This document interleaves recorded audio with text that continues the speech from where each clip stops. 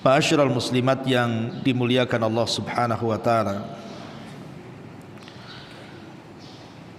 Di dalam Al-Qur'anul Karim, tepatnya surah An-Nahl ayat 80, Allah Subhanahu wa taala mengatakan, wallahu ja'alakum min buyutikum sakana. Dan Allah Subhanahu wa taala telah menjadikan bagi kalian itu dari rumah-rumah yang kalian tempati sakanan, penuh dengan ketenangan. Dan Allah juga mengatakan dalam surah Rum ayat 21, wa min ayatihi an khalaqalakum min anfusikum azwaja litaskunu ilaiha wa ja'ala bainakum mawaddatan wa rahmah inna fi dzalika laayatin liqaumin yatafakkarun. Dan dari tanda-tanda kuasa Allah adalah Allah menciptakan kalian dari diri-diri kalian berpasang-pasangan, agar kalian merasa tenang dengan pasangannya, dan tercipta di antara kalian perasaan cinta dan sayang. Karena yang demikian itu terdapat tanda-tanda bagi orang-orang yang mau berfikir. Ibu yang dimuliakan Allah Subhanahu wa taala, dari dua ayat ini kita tahu bahwa di antara keistimewaan orang berumah tangga itu ketika mendapatkan sakinah, mawaddah dan rahmah, ketenangan, perasaan cinta dan saling sayang satu dengan yang lainnya. Karena hanya dengan tiga perkara ini, rumah tangga siapapun, saya, ibu atau siapapun, kalau sudah ada ketenangan di dalamnya, ada pula perasaan cinta di dalamnya, ada pula perasaan sayang di dalamnya, maka dipastikan rumah tangga itu akan bahagia.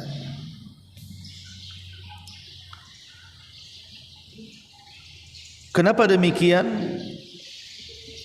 Karena kebahagiaan yang hakikat itu bukan dilihat dari materi.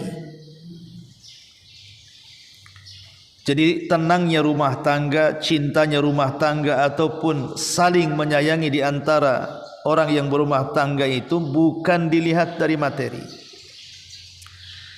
Betapa banyak orang yang rumahnya besar, bahkan sekelas artis sekalipun yang miliaran uangnya itu, kadang-kadang rumah tangga mereka jadi permainan. Kawin, cerai, selingkuh sana sini dan begitu seterusnya. Tidak menjamin kan? Uang banyak, rumah bagus itu loh tidak menjamin. Karena yang menjamin itu tiga perkara tadi. Adanya ketenangan, adanya cinta dan kasih sayang. Kalau tercabut salah satunya, masalah tuh rumah tangga. Tetapi tentunya setiap rumah tangga saya, siapapun, pasti akan digoyang dengan banyak masalah. Kalau ingin rumah tangga tidak banyak masalah, nanti di sorga bu. Di sorga itu tak ada masalah tuh.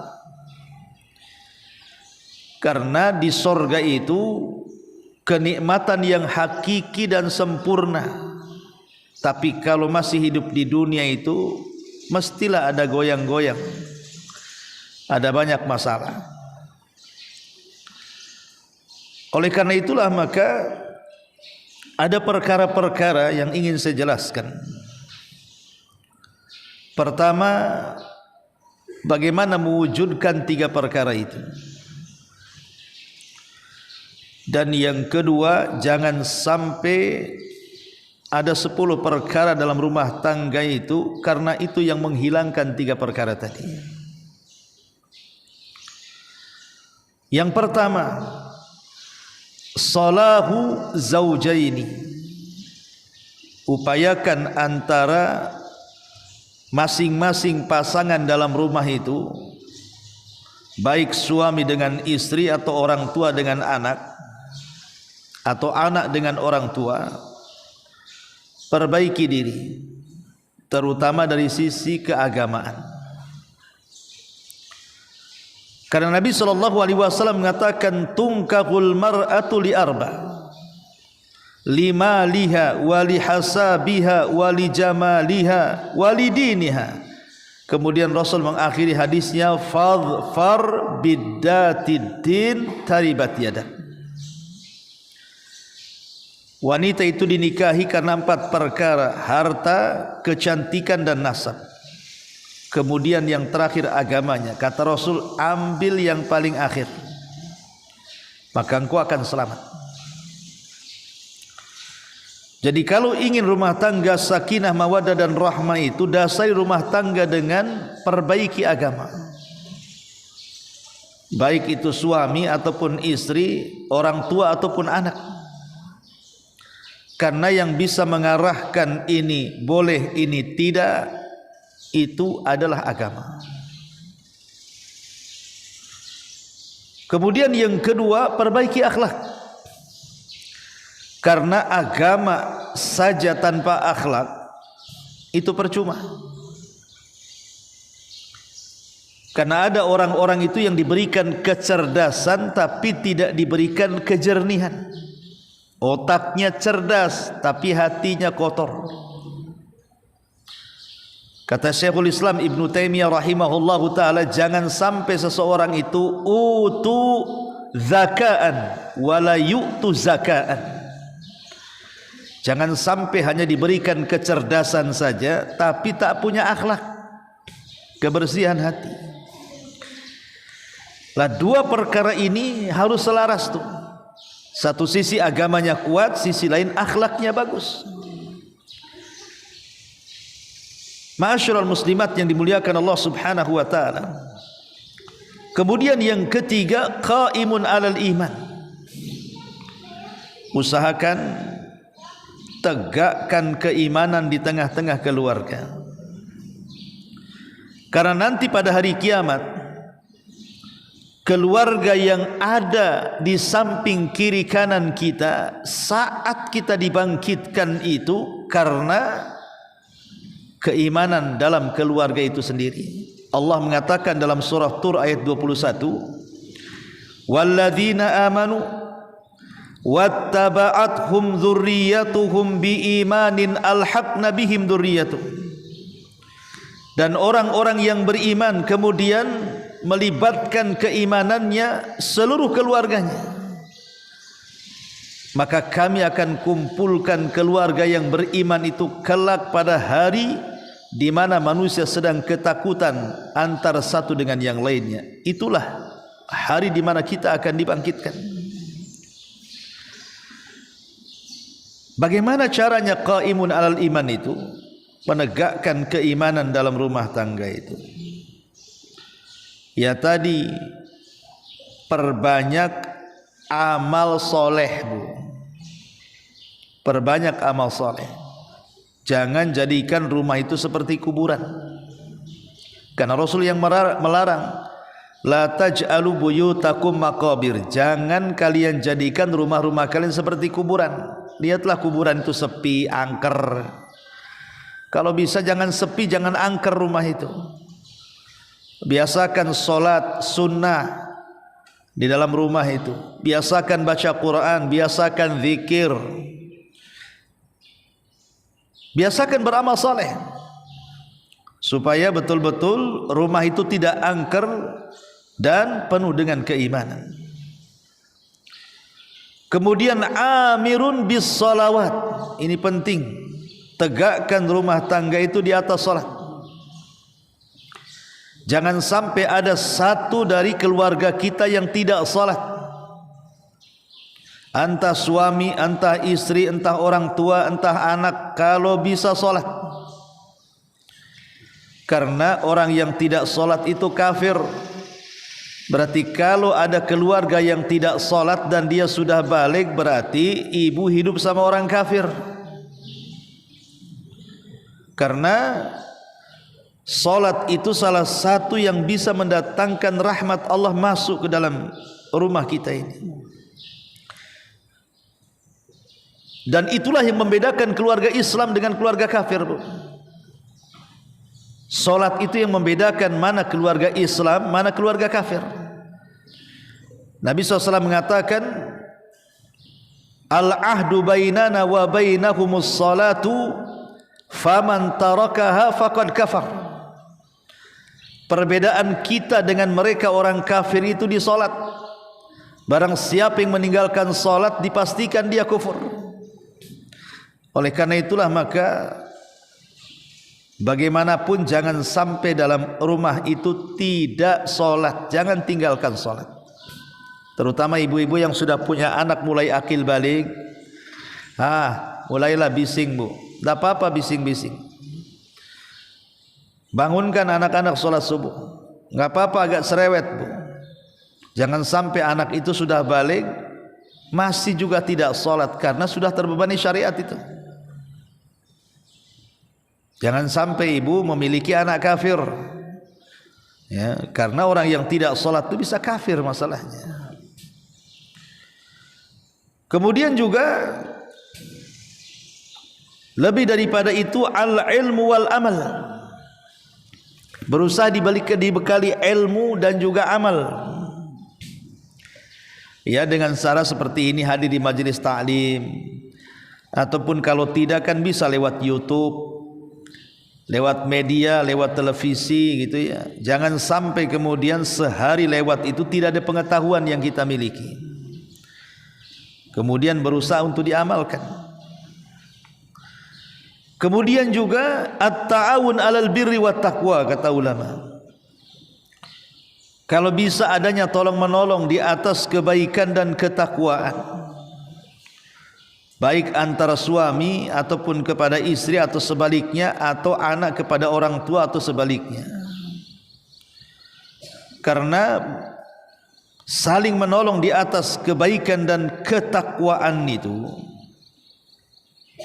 itu adalah salah satu yang mendatangkan rahmat. Kata Rasul, rahimallahu rajulan, semoga Allah merahmati seorang suami, qama minal laili fasalla wa aiqadha imra'atahu fasallat fa in abat nadhaha fi wajhihal ma. Kemudian dia salat dan membangunkan keluarganya untuk salat. Kalau tidak mau salat diperciki di wajahnya percikan air. Wa rahimallahu imra'atan qamat minal laili fasallat wa aiqadat zawjaha fa in aba nadhahat fi wajhihil ma. Begitu juga sebaliknya, semoga Allah merahmati seorang istri yang bangun tengah malam ngajak suaminya salat malam, kalau enggan ambil air ciprati tu wajahnya, bangun bang salat. Kira-kira suami ibu kayak gitu enggak tuh? Nggak bisa Ustaz, kalau saya siram wajahnya satu percikan, dia siram aku satu ember Ustaz. Marah dia. Saya tidak hendak membahas isi hadis ini, tapi saya ingin mengatakan, lihat bagaimana ta'awun alal birri antara suami itu menjadikan rumah tangga itu dirahmati. Turun kasih sayang Allah yang nanti akan tersebar dalam bentuk sakinah, mawaddah dan rahmah itu. Kemudian juga ikramul jar wa daif, hormati tetangga dan juga tamu, karena itu bagian daripada hak seorang muslim. Man kana yu'minu billahi wal yaumil akhir falyukrim jarahu, wa man kana yu'minu billahi wal yaumil akhir falyukrim dhaifahu. Siapa yang mengaku beriman kepada Allah dan hari akhir, hormati itu tetangganya. Siapa yang beriman kepada Allah dan hari akhir, hormati juga tamunya. Kalau ibu punya tetangga baik, insya Allah ibu akan tenang. Tapi kalau ibu punya tetangga tidak baik, walaupun ibu sama suami baik, ibu sama anak-anak baik, anak-anak sama ibu baik, tapi kalau punya tetangga jahat, itu enggak akan tenang hidupnya, Bu. Enggak akan tenang. Makanya kenapa Nabi SAW itu sampai melaknat orang-orang yang menyakiti tetangganya. Karena di antara yang banyak menyumbang ketenangan dalam rumah tangga kita itu salah satunya adalah tetangga. Kalau lingkungannya baik, kita nyaman di situ. Kan banyak tuh istilah di masyarakat itu. Ah, saya mau di sini aja, tak mau pindah ke tempat lain. Kenapa? Tetangganya bagus-bagus katanya. Tapi ada juga yang kemudian mengatakan, ah, aku nggak betah di sini. Kenapa? Aduh, tetangga di sini kacau katanya. Tuh, terutama tuh yang di pojok tuh, wah itu ngomongnya nggak jelas. Ada orang yang nggak kerasan gara-gara tetangga. Akhirnya kemudian pindah juga kan, atau jual aja rumah ini katanya. Kita pindah tempat lain bagus, kita tinggal di hutan tanpa tetangga katanya. Lah, karena memang salah satu yang bisa menyumbang kebahagiaan juga tetangga, hormatilah tetangga itu supaya dia menghormati kita. Masyaallah muslimat yang dimuliakan Allah Subhanahu wa taala. Dan banyak lagi tentunya ya. Ini saya tidak akan sebutkan banyak-banyak. Tetapi yang ingin saya katakan, Bu, yang namanya rumah tangga, kenapa ibu ini sampai menikah? Kenapa bapak ini sampai menikahi ibu dan ibu mau pula dinikahi bapak? Kenapa? Ya, tentu tidak lain kalau kita orang Islam. Tujuan pernikahan dalam Islam itu kan dalam rangka ibadah. Itu yang harus tanamkan duluan. Makanya ibu kalau mau menikahkan putra putrinya, Bu, doktrin dulu tuh putra putri ibu tuh. Nak, kau nikah itu harus didasari ibadah. Karena rumah tangga itu bagikan kapal laut, tergantung nahkoda yang membawanya. Kalau kapal laut ini menjurus ke pulau yang indah di situ, ikut di dalamnya. Tapi kalau kapal laut ini masuk ke jurang, jangan kau naik di situ. Yang ingin saya katakan, Bu, rumah tangga itu bukan tujuan hidup, tapi rumah tangga itu wasilah untuk ibadah kepada Allah. Kalau dengan berumah tangga ini menjadikan kita masuk surga rumah tangga, kalau tidak ngapain berumah tangga? Ya. Jadi tujuan berumah tangga itu ibadah. Wa ma khalaqtul jinna wal insa illa liya'budun. Tidaklah aku ciptakan jin dan manusia kecuali untuk beribadah. Maknanya segala sesuatu aktivitas di dunia ini itu bukan tujuan. Semuanya jadi wasilah. Jadi wasilah untuk kita ini mampu menyembah Allah dengan aktivitas itu, termasuk berumah tangga. Karena kalau seandainya dalam berumah tangga itu tujuannya adalah rumah tangga, maka selamanya tidak akan merasa bahagia. Tidak akan merasa bahagia. Karena yang namanya suami pasti ada kekurangan, istri juga pasti ada kekurangan. Sehingga yang namanya kekurangan itu pasti tidak enak. Makanya yang pertama niatkan, ya saya ibadah. Ketika istri memberikan hak kepada suaminya bukan karena suami baik sama saya, tidak, tapi ini perintah Allah. Ketika suami memberikan hak nafkahnya kepada istri bukan karena timbal balik, tidak, ini perintah Allah. Jadi dasar melaksanakan hak antar suami istri itu dasarnya karena perintah, bukan karena barter. Lu kalau baik dengan aku baik dengan lu, enggak begitu. Kalau kau baik dengan aku baik dengan kamu. Kalau kau jahat dengan aku juga jahatlah. Bukan itu. Itu bukan berumah tangga, Bu. Itu orang yang sedang jual beli, Bu. Kalau ibu menggunakan sistem berumah tangga seperti itu sama namanya rumah tangga pasar, Bu. Lu beli gua jual kan itu. Terbalik ya, lu jual gua beli gitu. Ya. Jadi bukan begitu, hak itu atas perintah. Nggak apa-apa suami jahat, tetap saya berbuat baik karena perintah Allah. Kata suami nggak apa-apa istri saya jahat, tetap aku baik sama dia, itu perintah Allah. Jadi dasarnya itu adalah ibadah. Itu yang harusnya ditanamkan setiap orang yang berumah tangga itu. Tanamkan bahwa kita berumah tangga itu sedang ibadah. Yang kedua, berumah tangga itu untuk membentengi akhlak sebenarnya. Akhirnya suami tidak semena-mena, istri juga tidak semena-mena. Lain ketika masih bujangan itu kan suka-suka dia. Mau tidak datang 1 minggu pun terserah dia. Tapi kalau sudah berumah tangga kan tak bisa. Suami tak bisa lama-lama karena istri, istri pun kalau pergi was-was kan ada suami kan. Akhirnya terjagalah di situ. Jadi tujuan yang kedua itu betul-betul membentengi akhlak. Akhlak akhirnya dengan itu bisa ghaddul basar, menghindarkan dari zina, berusaha untuk saling melengkapi dan begitu seterusnya. Ini yang kedua. Yang ketiga, tentu rumah tangga itu kan untuk menegakkan syariat Islam. Kita ini hidup untuk apa sih kalau tidak untuk menegakkan syariat Islam? Sebagaimana kita sholat, begitu juga rumah tangga ibadah, mendirikan syariat Islam.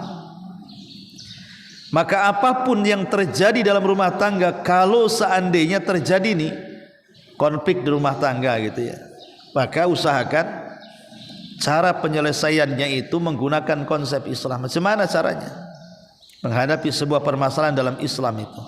Itu pula yang dipraktikkan dalam keluarga. Karena tujuan kita ini dalam rangka menegakkan Islam di tengah-tengah keluarga. Yang keempat, meningkatkan ibadah. Karena semata-mata seorang suami menikah dengan istri itu berarti separuh Islam sudah didapat tuh. Berarti tinggal separuhnya kan.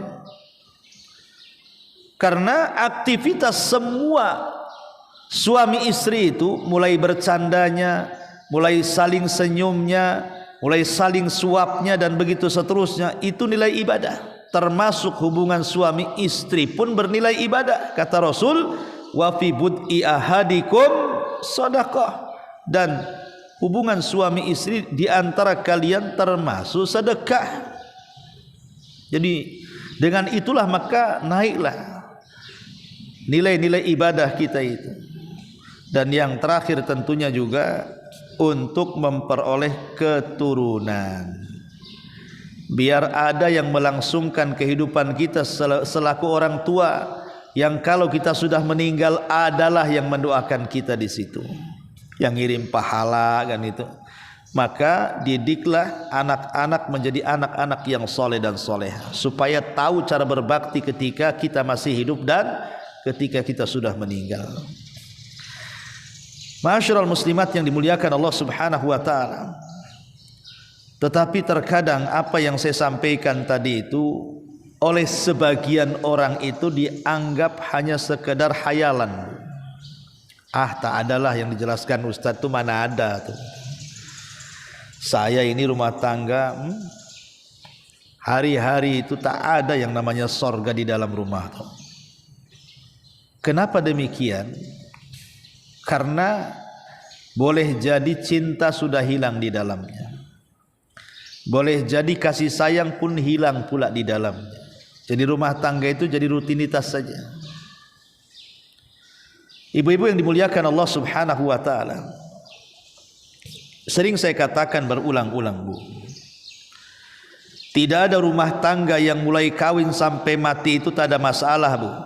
Pasti ada masalah, kecuali di sinetron Korea. Itu saja, Bu, jawabannya. Ya.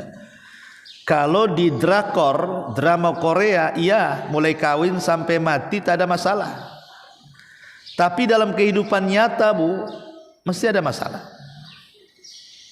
Tetapi terkadang masalah yang berlarut-larut dalam rumah tangga itu pula yang mengikis sedikit perasaan cinta, perasaan sayang, akhirnya hilang.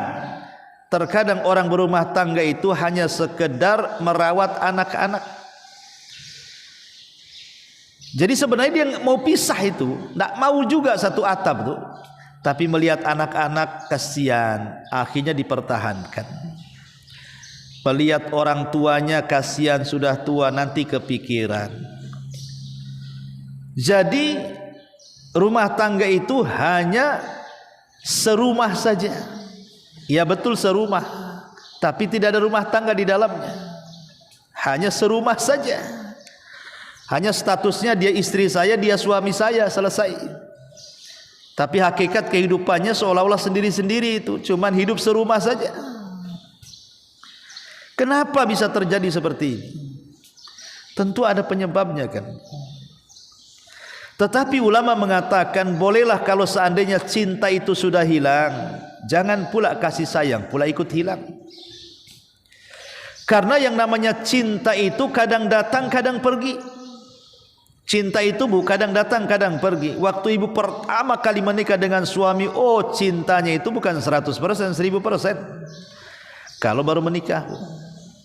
Tapi dengan berjalannya waktu, dengan banyaknya masalah, terkadang terkikis pula tuh cinta tuh. Ataupun mungkin karena sudah beranjak tua, yang dulunya cantik udah mulai tak cantik, yang dulunya hitam rambut mulai berubah, mulai itu berkurang. Ditambah-tambah tinggal pula di komplek yang kiri kanan tetangganya masih muda-muda pula tuh. Akhirnya membanding-bandingkan, tengok istrinya nampaknya udah tua nih, tengok tetangganya muda kali orang itu. Lumayan tuh kan, dari sini setan masuk. Ya, lah kadang-kadang cinta itu bisa hilang kan, entah dengan dibanding-bandingkan, atau mungkin dengan banyak masalah, atau karena tidak pandai menjaga penampilan dan begitu seterusnya. Cinta itu bisa hilang dan bisa datang, tapi kasih sayang itu jangan sampai hilang.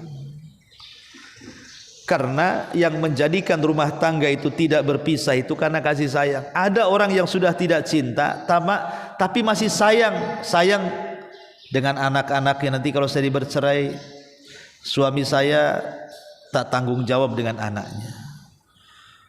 Kalau saya bercerai macam mana nanti kehidupannya, dan begitu seterusnya. Atau mungkin suami sudah sakit parah, kasihan juga lah, aku sudah berumah tangga dengan dia 40 tahun, sekarang suamiku sakit, masa aku tinggalkan? Tak jadi dia meninggalkan suami, tetap aja ngurus suaminya. Sayang, itu bukan cinta, sayang. Ya. Jadi cinta bisa hilang, sayang jangan. Tapi ada perkara-perkara bu, yang bisa mencabut cinta dan bisa mencabut sayang. Jadi sayang cinta bisa tercabut kedua-duanya. Kapan itu bu? Inilah yang kita akan bahas sedikit. Ada beberapa akhlak yang tidak baik yang ditimbulkan suami istri dalam keluarga, yang terkadang bisa menghilangkan cinta dan sayang. Pertama bu, melupakan hak dan kewajiban. Pertama, melupakan hak dan kewajiban. Contoh, suami sibuk sendiri, istri pula sibuk sendiri. Karena suami sibuk, istri sibuk, akhirnya hak dan kewajiban dalam berkeluarga tidak jalan. Apalagi sekarang sudah dunia handphone ya bu.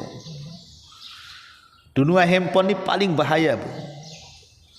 Kadang-kadang istri sibuk dengan handphonenya, lupa yang dulu ketika belum punya handphone, datang suami itu masih sempatlah ibu buatkan minum. Tapi ketika ibu sudah pegang handphone, udah lupa tuh menyediakan minum, sibuk COD di Tokopedia. Kadang-kadang bu, kesibukan seperti itu tuh sebaliknya, suami sibuk aja pegang handphone, lupa kalau di sampingnya ada istrinya, itu disangka bantal guling. Ada orang yang kemudian saking sini sibuk sana sibuk, mulai kesal tuh salah satunya, tegur 1 kali tak mempan, 2 kali tak mempan, bertengkar lama-lama. Kan ada yang seperti itu bu.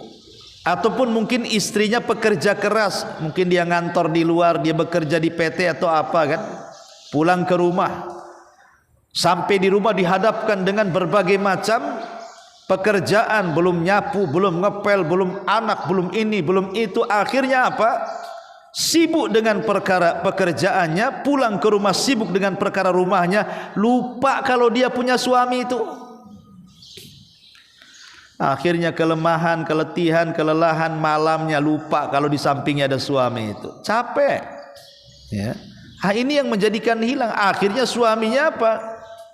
Ya terpikirlah, ngapain aku punya istri kayak gini.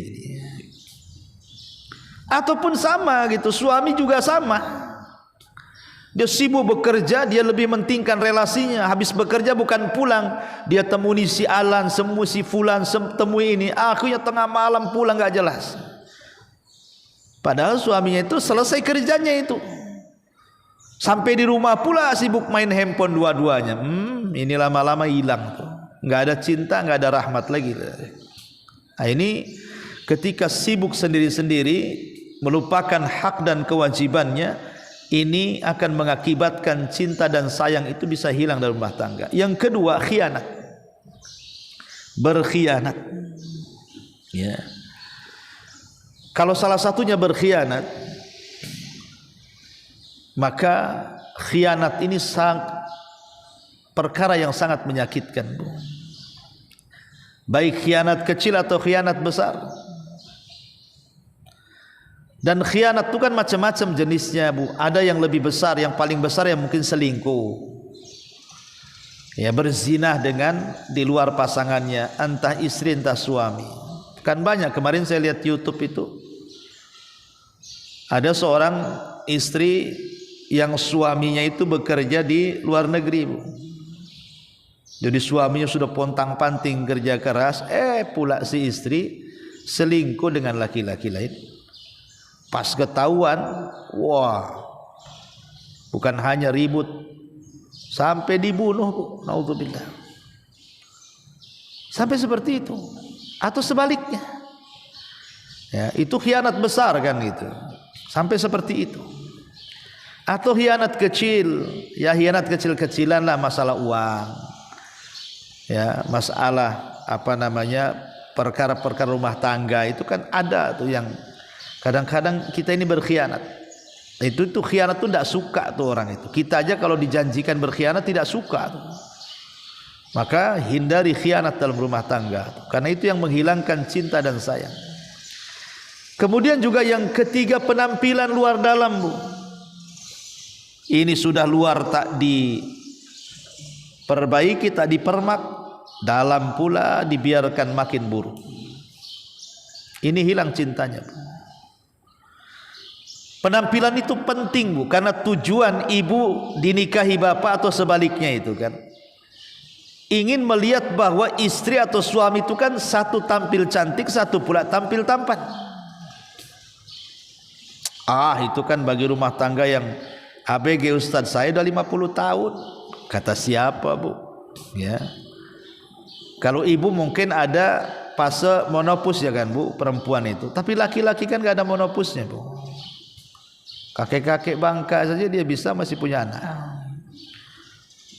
Artinya bahwa ingat bahwa penampilan itu penting dalam Islam. Sangat penting. Dan itu ibu bisa hujah nanti sama suami, aku udah cantik-cantik tapi dia masih, memang dia serong tuh. Ya. Tapi kalau ibu tidak cantik-cantik, suami serong, umpamanya, ya wajar. Tapi kalau ibu sudah cantik-cantik, suami serong, kurang ajar tuh suaminya tuh. Tapi masalahnya bukan itu. Penampilan luar dalam ini penting. Artinya dari segi fisik gitu ya. Karena biasanya kalau rumah tangga sudah lama, ini analisa saya, Bu ya. Kalau rumah tangga sudah di atas 40 tahun, 50 tahun, itu terkadang sama penampilan kurang tuh. Ya. Maksudnya penampilan depan suami, kalau keluar ngejreng dia. Kalau keluar gatel, Bu, ya. Maksudnya penampilan dalam rumah. Justru kalau keluar bedaknya, lipstiknya itu tiap minggu beli tuh. Ya, habis terus. Maksudnya depan suami, kadang-kadang itu enggak tahu ya. Saya lihat kalau sudah berumur, wanita-wanita sudah berumur itu biasanya di atas kepala 4, kepala 5 itu. Dia kalau bersolek itu untuk keluar, hanya untuk arisan, ketemu kawan, pengajian gitu kan. Tapi kalau di rumah itu tak seperti itu pula. Itu saya tidak tahu ya. Yang mudah-mudahan di sini tidak ada lah kan itu. Takutnya di sini pula gengnya. Maksud saya begini Bu, walaupun sudah tua, yang namanya kecantikan itu pahala Bu. Jadi suami ketika memandang ibu suka, loh itu pahala tuh. Macam mana caranya? Ya, tampil cantik kan itu. Jangan pula kemudian seharian sudah ngepel, sudah nyapu, sudah masak, malam pula lupa ganti pakaian. Masih bau bawang, bau ini, bau itu kan malas suami mau tidur samping pun. Ya. Belum lagi nggak mandi lagi, aduh ya. Jadi berusaha luar dalam. Maksudnya luar dalam, luarnya berusaha, dalamnya juga diusahakan. Nih kalau sudah dua-duanya amburadul Bu, dalam sudah ada, luar juga gitu, cinta hilang tuh lama-lama tuh. Rahmat hilang dalam rumah tangga itu. Kemudian juga yang keempat, menolak ajakan suami. Maksudnya dalam hal berhubungan Ibu ya. Ingat Bu, tujuan suami menikahi ibu itu supaya dia tidak berzina, supaya dia tidak melihat orang lain. Tujuan paling besar dalam pernikahan itu masalah hasrat dan syahwat sebenarnya Bu. Kalau Ibu paham ya. Tapi saya katakan tadi, rata-rata ini kejadian itu sudah usianya sudah 40 tahun ke atas biasanya. Itu sudah malas-malas tuh melayani suami itu. Maka ini yang menjadikan kenapa hilang cinta tuh, ataupun sebaliknya. Ya, jadi istrinya yang meminta suaminya pula tak mau. Lah ini yang menjadikan kemudian cinta itu sedikit hilang, karena biasanya orang yang punya hasrat tidak tersalurkan itu jadi sakit hati biasanya. Bisa sakit hati Bu kalau tidak diobati itu. Maka jangan pernah menolak, karena wajar kalau Rasul sampai keras dalam hal ini kan. Wanita yang diajak ditolak menolak itu, kemudian suaminya dongkol, itu dilaknat tuh si ibu tuh, sampai dari mulai diajak sampai subuh tuh, sampai ada ancaman laknat gitu ya. Karena memang itulah tujuan berumah tangga, apalagi menjaga supaya jangan sampai berzinah di luar. Ini yang keempat. Yang kelima, banyak mengkritik Bu. Suami kalau banyak mengkritik atau sebaliknya istri banyak ngeritik, ini biasanya lama-lama hilang tuh cinta sayangnya itu. Kan ada tuh tipe-tipe wanita-wanita yang suka mengkritik kan Bu. Kamu ini begini, begono macam-macam gitu. Nanti suaminya ngomong begitu juga. Yang lebih heran itu terkadang kritik itu bukan hanya kepada suami, sampai kepada keluarganya. Ibumu tuh seperti ini, bapakmu seperti ini, seperti itu, kakekmu, nenekmu loh, kok jadi ke atas pula jauh-jauh ya. Lihat tuh anakmu tuh, lihat anakmu juga tuh, kadang-kadang dinisbatkan kepada anak kita, pada anak dia juga. Jadi banyak mengkritik terus-terusan kan itu. Kalau sekali-kali tidak apa-apa, itu pun ngasih saran. Ya, tapi kalau sudah banyak mengkritik kekurangan dan begitu seterusnya, ini hilang biasanya cintanya. Kemudian juga banyak mengeluh. Tolonglah Bang, rumah perbaiki. Suaminya tahu gajinya sehari 50.000. Tolonglah itu rumah sebelah itu udah cantik rumah kita, gini terus. Dari dulu lah kita sewa motor, belilah mobil Bang katanya. Kita nggak mikir suaminya susah. Ya. Kadang ada orang yang seperti itu. Jadi ada orang yang istri-istri banyak mengeluh, akhirnya ya mengeluh itu tidak ada masalah sebenarnya. Cuman kalau terus-terusan, yang namanya suami itu pasti terpengaruh juga Bu.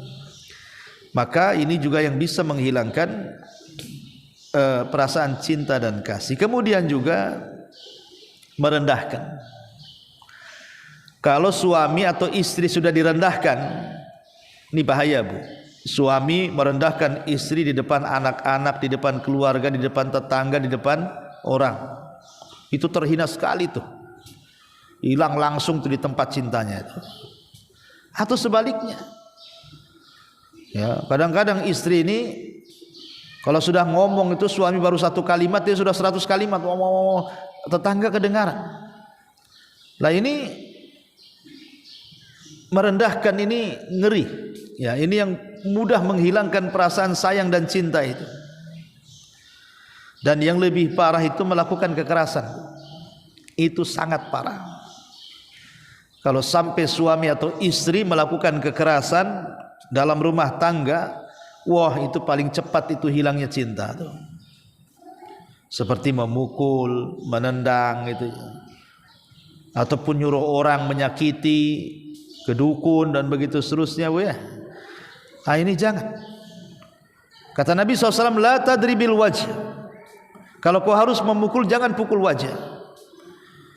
Kemudian kalaupun harus memukul tu dzarban ghairu mubarrih, kata Rasul, pukulan yang tidak berbekas. Jadi dua adab memukul itu. Satu, jangan sasarannya wajah. Yang kedua, jangan ada bekas. Yang ketiga itu alternatif terakhir. Hanya memukul itu begini maksudnya, Bu. Kalau saya pukul istri, ada maslahat enggak dalam mukul itu? Kalau tidak ada maslahat, ngapain?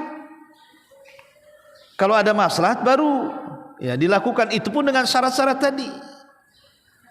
Tapi kalau umpamanya tidak ada maslahat kemudian dipukul, itu namanya penyiksaan namanya. Bukan itu tujuan berumah tangga kan. Dan itu perkara yang paling mudah menghilangkan perasaan cinta dan kasih sayang.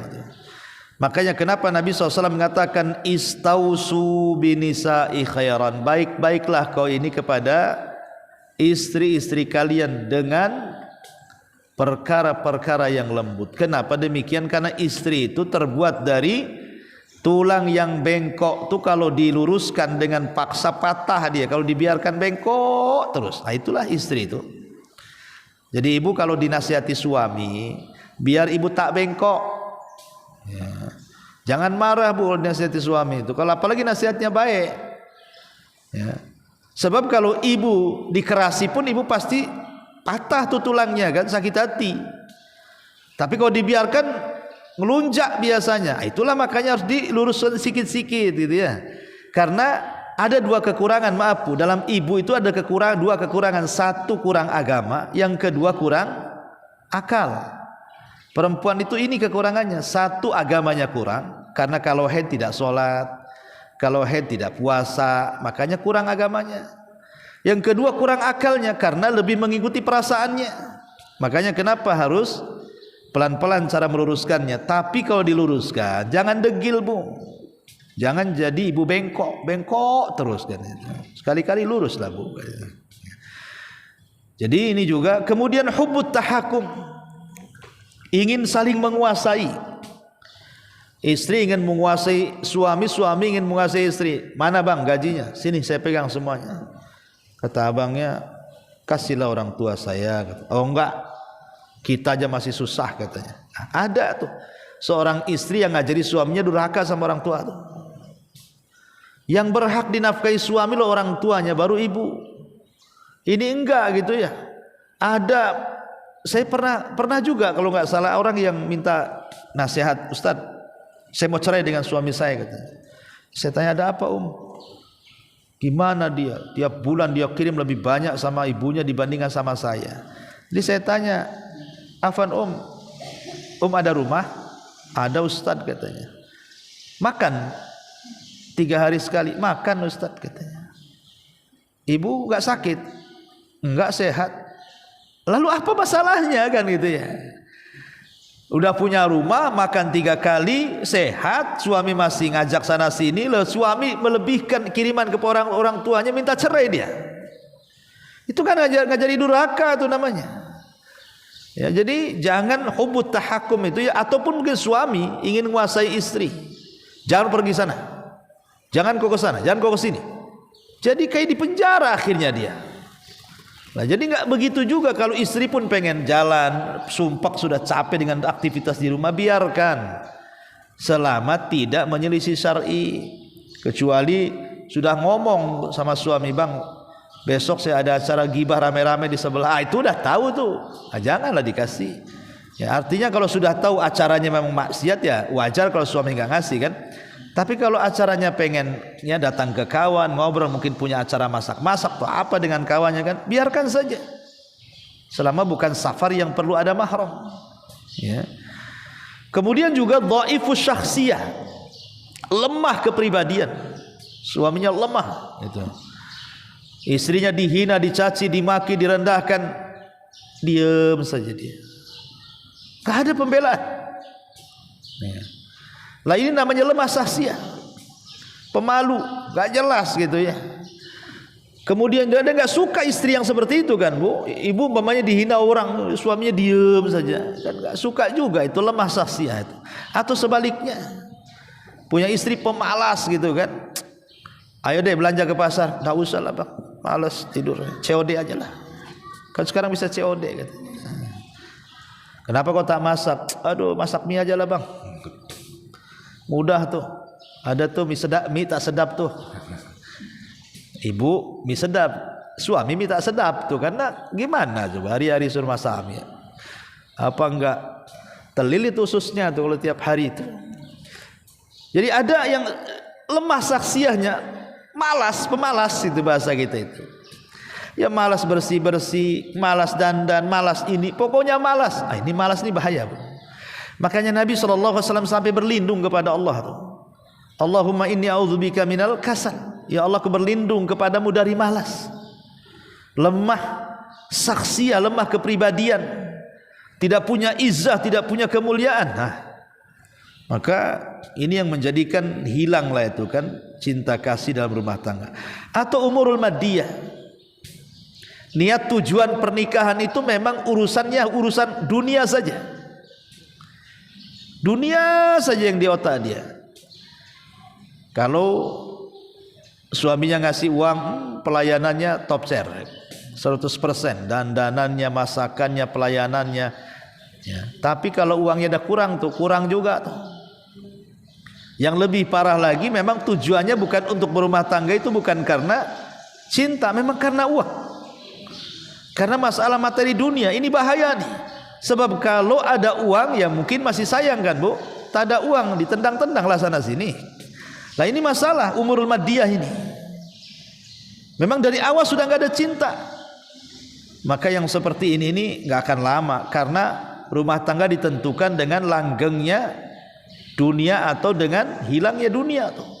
Langgeng dunia, bertahanlah rumah tangga. Hilang dunia, rumah tangga hilang. Kemudian juga bakhil. Al-bakhil.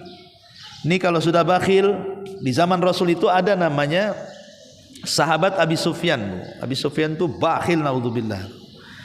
Hindun ini istrinya datang kepada Rasul. Rasul, Abi Sufyan suamiku kok bakhil kali, tak pernah ngasih uang sama saya. Apakah saya kalau ambil uang dari dompetnya untuk kebutuhan saya dan anak saya secukupnya, boleh wahai Rasul? Kata Rasul, boleh, ambil saja, tapi sekedarnya. Sekedarnya, jangan diambil semua dompetnya. Kalau suami ibu bakhil boleh. Ya, tengok suami lagi tidur, lupa pula dompet ada di dapur, ambillah selembar tuh Bu. Cukup selembar? Enggak cukup 2 lembar. Tidak cukup 3 lembar. Enggak cukup Ustaz, ambil semua kan. Bukan begitu. Artinya gini Bu, sampai Rasulullah SAW membolehkan seseorang itu mengambil dari suami tanpa sepengetahuan dia, kalau memang jelas-jelas dia bakhil. Lah kalau tidak bakhil, ibu masih ngambil di dompet, itu ibu yang kurang ajar namanya. Suami sudah baik sama ibu, ngasih tempat, ngasih makan, ngasih ini, ngasih itu, sudah lengkap. Yang penting kan Bu, kewajiban yang pokok itu kalau sudah suami ngasih itu sudah cukup sebenarnya. 1, tempat tinggal, itu kewajiban pokok suami ya Bu ya. Tempat tinggal, kemudian makan minum, kemudian pakaian, kemudian kesehatan, kemudian pendidikan, dana pendidikan anak. Ini 5 perkara ini kalau sudah diberikan suami, artinya sudah cukup. Itulah kewajiban yang wajib. Artinya lebihnya itu ya karena kebaikan ya. Jadi yang pertama tempat tinggal, jangan mau ibu yang kontrak, suami yang kontrak. Itu kewajiban dia. Jangan mau ibu buatkan rumah, dia yang harus buatkan rumah. Ya. Makan minum, jangan mau ibu bekerja untuk ngasih makan dan minum keluarga. Itu tugasnya suami. Ya, ini terbalik. Suaminya pakai daster, istrinya pakai lepis. Ya. Suaminya suruh ngasuh anak di rumah, istrinya pula kerja bangunan di luar. Ini kan masalah, Bu. Atau kalau istri sakit, minta istri suami bawa dia ke apotek, bawa dia ke dokter, obati. Ya. Termasuk pakaian, bang ini udah robek-robek nih bang, belilah pakaian yang bagus. Itu boleh. Tapi jangan berlebihan. Pakaian udah 2 tumpuk, masih pula 2 tumpuk lagi. Ibu tuh udah berpakaian nggak ada yang 5 rangkap tuh. Ya, kenapa mesti banyak-banyak? Ya. Kemudian pendidikan anak, jangan mau ibu bekerja untuk mendanai anak walaupun sudah bercerai. Hatta bercerai sekalipun, kewajiban mendanai anak pendidikan itu adalah orang tuanya dari pihak laki-laki suaminya. Ini 5 perkara ini kewajiban suami. Ibu jangan mau ditukar karena bukan hak dan kewajiban ibu. Ataupun ini yang bisa menghilangkan tadakhul fi amwali. Tadakhul fi amwali itu memaksa harta yang bukan haknya diambil. Contoh mamanya suami meminta istri untuk menjual emas. Jual emas mula dek, kita butuh makan gitu ya. Jual itu mana, ambillah uangmu di bank itu. Oh tidak bisa. Suami tidak berhak mengambil harta istri. Tapi istri berhak mengambil harta suami sebatas kewajiban. Karena banyak suami-suami itu yang masuk ke harta istri yang bukan haknya. Ini masalah. Dan yang terakhir juga bisa tabdzir dan israf. Jangan tabdzir. Suami juga nggak suka bu kalau ibu tabdzir itu. Nggak suka. Barusan kemarin beli baju, sekarang lagi lah beli baju untuk apa? Kadang suami tidak suka, ada capek atau dibeli yang tidak manfaat. Ya, jadi kalau bisa itu konsultasikan dengan suami. Bang ini saya pengen ini, boleh nggak beli? Kata suami boleh beli. Kata suami pertimbangkan dulu, nggak usah. Kalau suami bilang pertimbangkan nggak usah, memang suami tidak suka tuh artinya. Suami itu mau, ibu kalau pikiran laki-laki itu mudah saja. Kalau A B B itu biasanya gitu. Kalau laki-laki itu. Makanya lihat bu, kalau ibu ajak belanja sama suami, suruh suami belanja bu, itu yang tadinya ibu belanja 1 jam, suami bisa 5 menit tuh bu.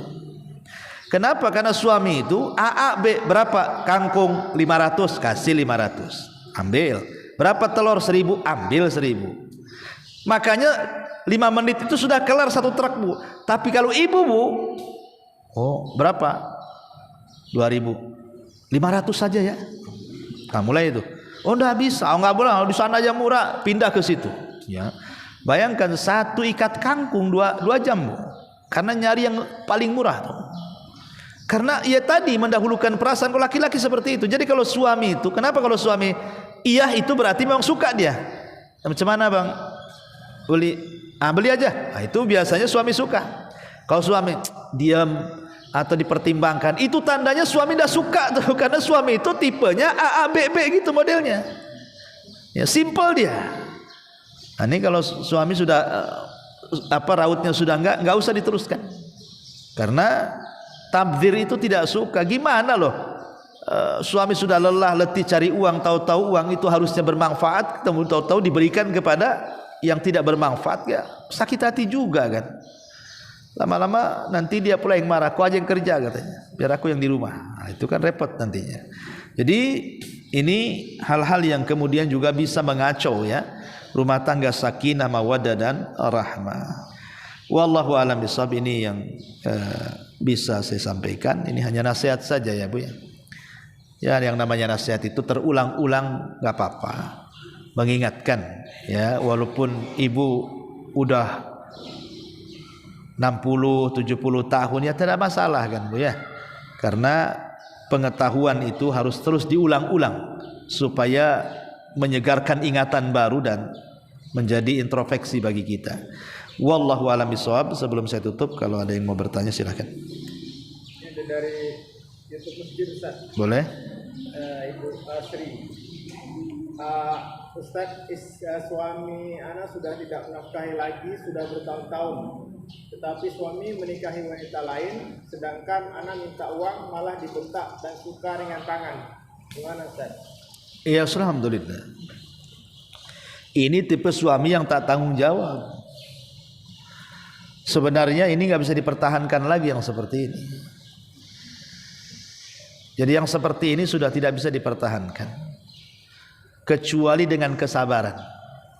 Kalau istri yang pertamanya sabar, ya, dan memang dia mengharap pahala Allah dalam keluarganya, insya Allah mudah-mudahan itu sebuah kebaikan yang akan mengalir dalam kehidupannya. Tapi kalau seandainya sudah tidak tahan, maka tidak ada masalah. Itu sudah dibolehkan untuk khulu, meminta cerai, karena dia tipe suami yang tidak bertanggung jawab. Ya, antar dua kembali kepada ibu, apakah mau bertahan dengan kesabaran ataukah mau bercerai, dan insya Allah Allah akan carikan yang terbaik. Ya, kembali kepada ibu. Wallahu a'lam. Kemudian di sini ada pertanyaan, afwan, assalamualaikum Ustaz. Apakah untuk puasa sunnah harus tetap izin suami karena suami berangkat pagi dan nanti pulang menjelang maghrib, sementara istri juga ingin mempunyai amalan rahasia? Iya, ya nggak apa-apa. Kalau jelas-jelas suami itu diperkirakan pergi pagi pulang sore atau maghrib, ibu puasa aja, Bu. Tetapi Bu, kalau suami pulang, ibu jangan bilang sedang puasa, kan rahasia, Bu. Kalau suami ngajak ya harus mau, karena puasa sunnah, ajakan suami itu wajib, batalkan. Sebagaimana ibu tidak diketahui, batalkan juga secara tidak diketahui. Tapi maksudnya hadis Nabi SAW tidak boleh puasa sunnah tanpa seizin suami itu kalau suami ada di rumah. Pamannya pagi suami di rumah, bang, boleh nggak saya puasa hari ini? Puasa apa? Kata suami. Puasa sunnah ke qada Ramadan? Puasa sunnah, bang. Kalau suami udah malas jawab, jangan puasa, Bu. Jangan maksa. Karena itu sunnah, ngapain dipaksa-paksa? Berarti suami berkehendak lain. Ya boleh jadi mungkin siang pengen sama ibu kan itu. Tapi kalau suami ya nggak apa-apa, puasa aja, dapat izin. Tahu-tahu siang-siang izinnya dicabut, Bu. Saya cabut izin di pagi hari. Ibu nggak boleh langsung meneruskan puasanya. Kalau izinnya dicabut, tidak boleh melanjutkan puasanya. Tetap melayani suami lebih berhak. Karena hukumnya wajib masalahnya. Itu kalau terjadi seperti itu. Tapi insya Allah umumnya suami enggak lah. Kalau udah ngasih izin, insya Allah ibu akan biarkan puasa sampai sore.